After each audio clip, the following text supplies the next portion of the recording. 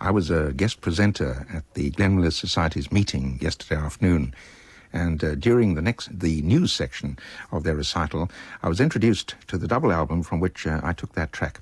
It's a music for pleasure album called The Big Band Beat, and I've discovered it was released some months ago, but nary a word from EMI to me about it.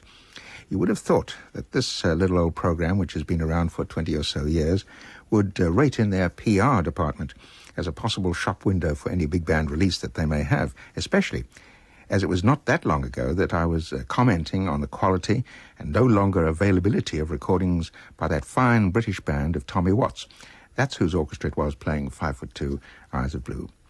Well, seeing I borrowed this double album from the GM Society's on-sec Dick March, I thought you might like to hear further excerpts.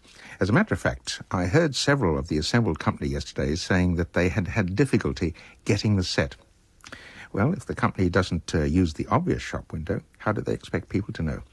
4 bands are featured on the 2 LPs. Tommy Watts is one, Ken McIntosh's is another.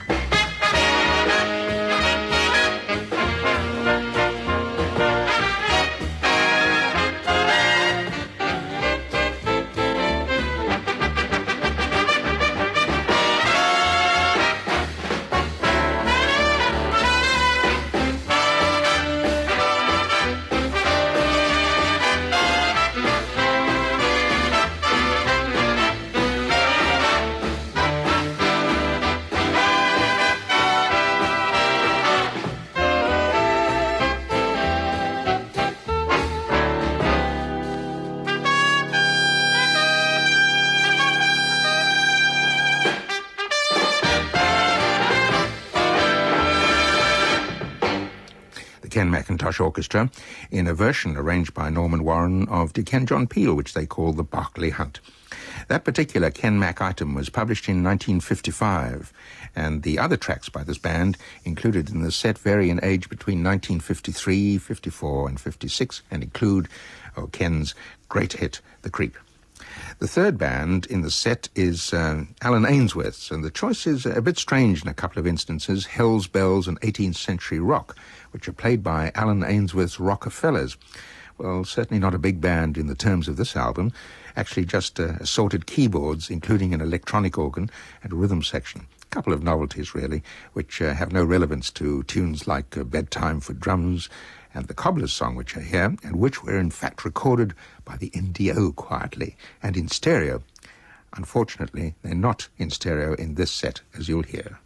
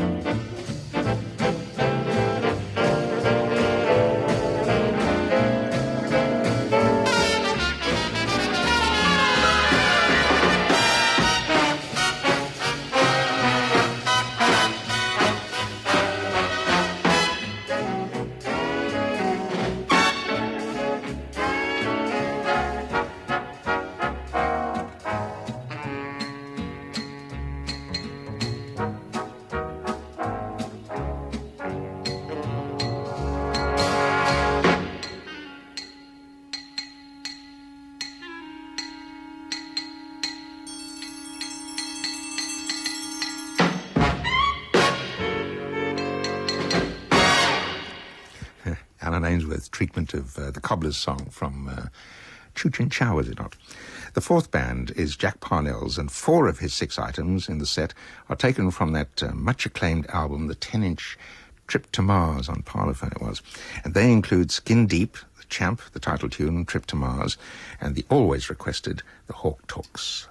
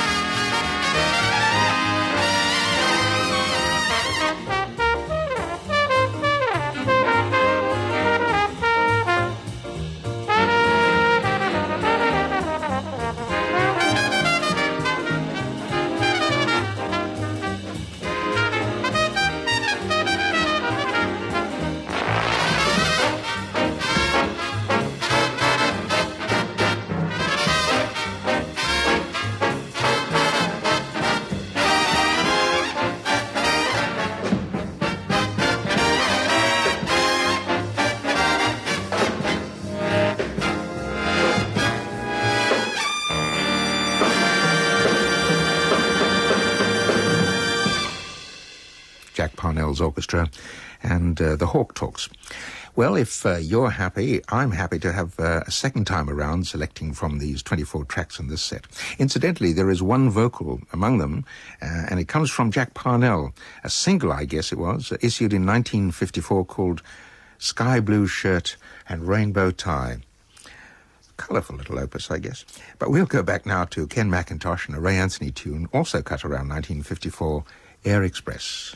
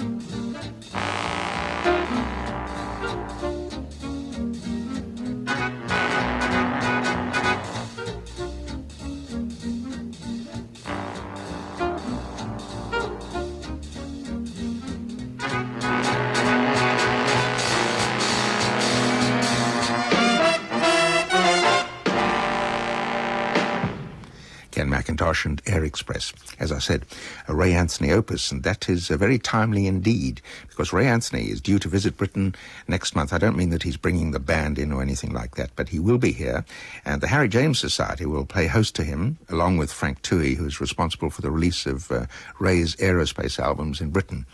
The date set for the Harry James Society's welcome is Sunday, May the 6th, at the Bonington Hotel, Southampton Row, at 2 p.m. I must say I'm looking forward very much to meeting Ray again. It's a lot of years since we first met in Hollywood, and Ray threw a wonderful party one Sunday with his whole band on the lawn. That was at his home in Sherman Oaks for Marilyn Monroe. I'm not likely to forget that day, I can tell you. He also joined me on a broadcast here on a show that I presented back in, well, never mind how long ago. It was called Session at 6. So it ought to be a nostalgic reunion on May the 6th at the Bonington Hotel at 2 p.m., at the Harry James Society's meeting. Come along if you can. Back to our featured double album and Tommy Watt for this low-key but marvellous arrangement featuring a bass clarinet and trombones of I'll String Along With You.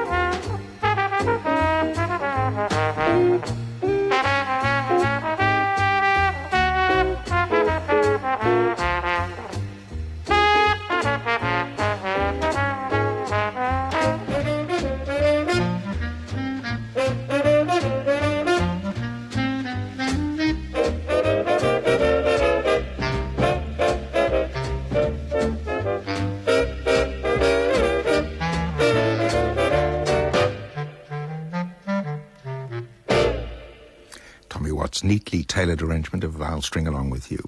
I can't recall whether the original album carried any credits for the musicians, but because the two records of this set are in one sleeve, there's certainly no space for information, except publishing dates, and credit is given at least to the fact that on Jack Parnell's recording of the Louis Bellson piece Skin Deep, the drum duet is by Jack and the great Phil Seaman.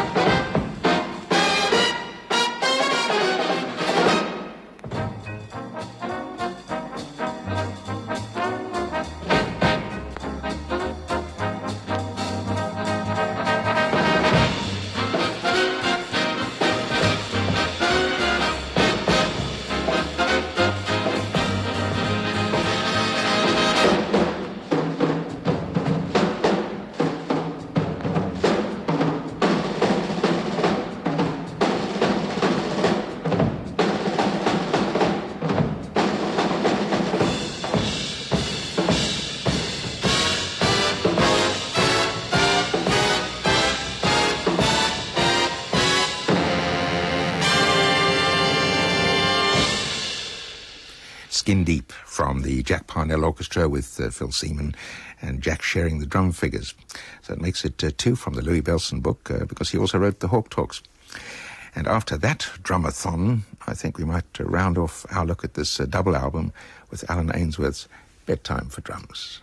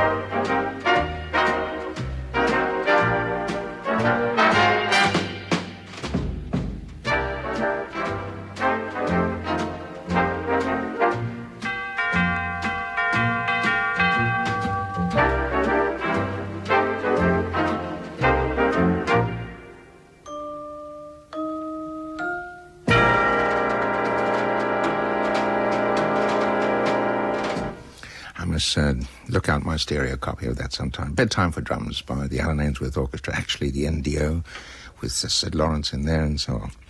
Well, we've been looking at a double LP release from Music for Pleasure, which you may or may not be aware of. It came out a few months ago, but as far as I was concerned, they kept it very quiet. Perhaps you too are only now aware of it. 24 tracks shared between the orchestras of Jack Parnell, Alan Ainsworth, Ken McIntosh, and Tommy Watt, who really will see us out the door with a fluty finale on Poor Little Rich Girl.